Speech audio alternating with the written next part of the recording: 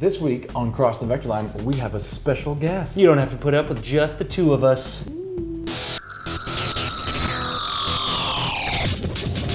Hi, I'm Braden. I'm Craig. Welcome to Crossing the Vector Line. Where because of our interesting and potentially hilarious commentary, you may learn to love video as much as Craig and me and Michelle. Hi, Michelle. Hey guys. Welcome to the show. Michelle is the Director of Content and Community at 12 Stars Media, and she's here today to educate all of us about video for Instagram and Twitters. Give me an idea of how you use video like in your everyday work. I post video typically everywhere, Facebook, Instagram, Twitter, A-Tube, YouTube. B-Tube. I love those. So tell us specifically about Instagram. People have been asking about that, how to create quality video from your phone straight to Instagram. I have a few tips to share that will help you guys with that. One is to plan ahead as much as possible. Now when I say that, I don't mean, hey, there's something cool happening, you can't go shoot that because you need to plan before you do it, because sometimes stupid things happen and you should get them on camera as soon as possible, because you can share that. Right.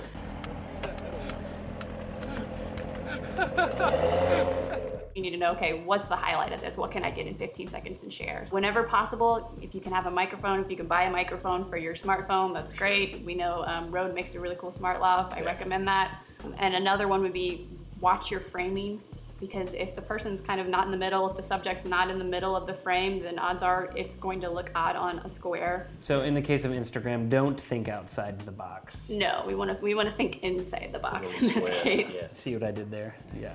Awesome. So when it comes to after you've shot it, what kind of editing apps do you use? I'm a big fan of iMovie. Braden's not, because he's got an Android.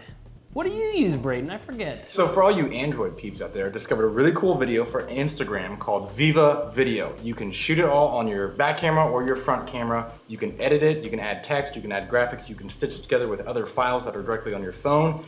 Very cool. Definitely check out Viva Video for my Android peeps. And if you can't get your hands on that, find a friend of yours that owns an iPhone and just borrow his. Michelle, what are some of your favorite apps? One of my favorite video editing apps is actually new in the sense of it was newly redesigned, and it is called Cameo. It's by the video platform Vimeo, which is awesome. Yes.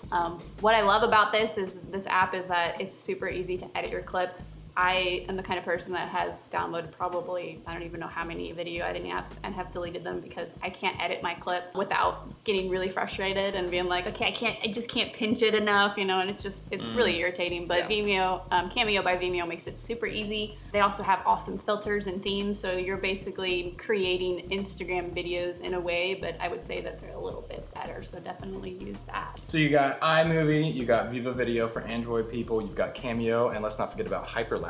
Yeah, for sure, because Hyperlapse basically lets you get more for less.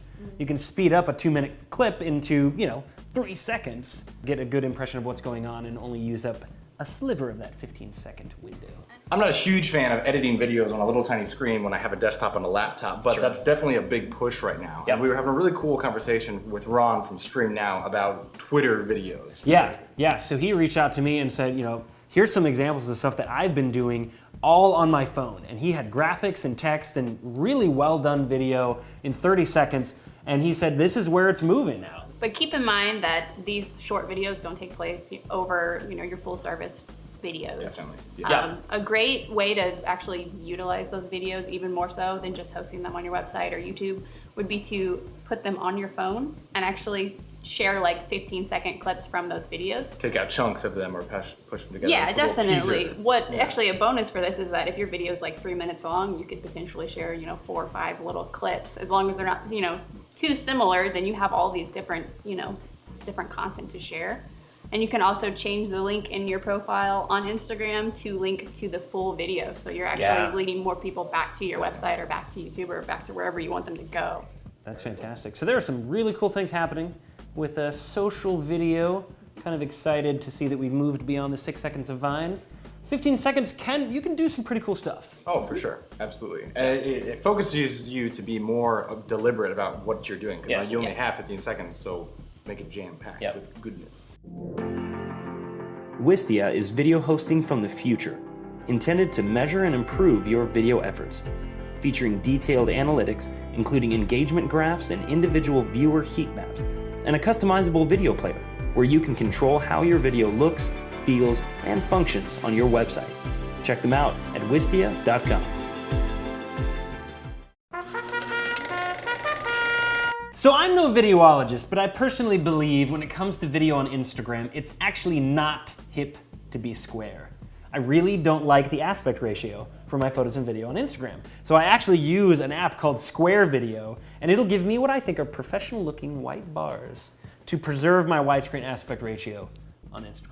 So you still have the full widescreen video, but it fits. They just kind of scale it in to fit in the square. Gotcha. Yep. So I would have to disagree with Craig's opinion on that. And the reason for that is, for me, when I look at Instagram and I see these videos when I'm scrolling down, I like to see the ones that fit the Instagram format. Because they're closer, you can see things better, and to me, I just think if you can use the app for what it was originally intended for, that you should do that, because I think your audience would connect more to that. So that is my argument on that side. Yeah, I just feel like I'm losing something, so I can kind of... Let's just agree to disagree. Okay. Braden, your thoughts? But sorry, I'm updating my Instagram right now. Sorry. Is it square? It's beautiful. Michelle, thanks so much for being on the show. Thanks for having You can me. follow Michelle on Instagram, Twitter, Google+, all these other Everywhere. little social media outlets. We've got more great content for mobile and social coming up, like Facebook, Periscope, and more Twitter content. Yep, got an awesome special guest coming up too, so... Stay tuned. We'll see you guys next time. Be lazy. Fish, don't move. Don't move, fish. Okay.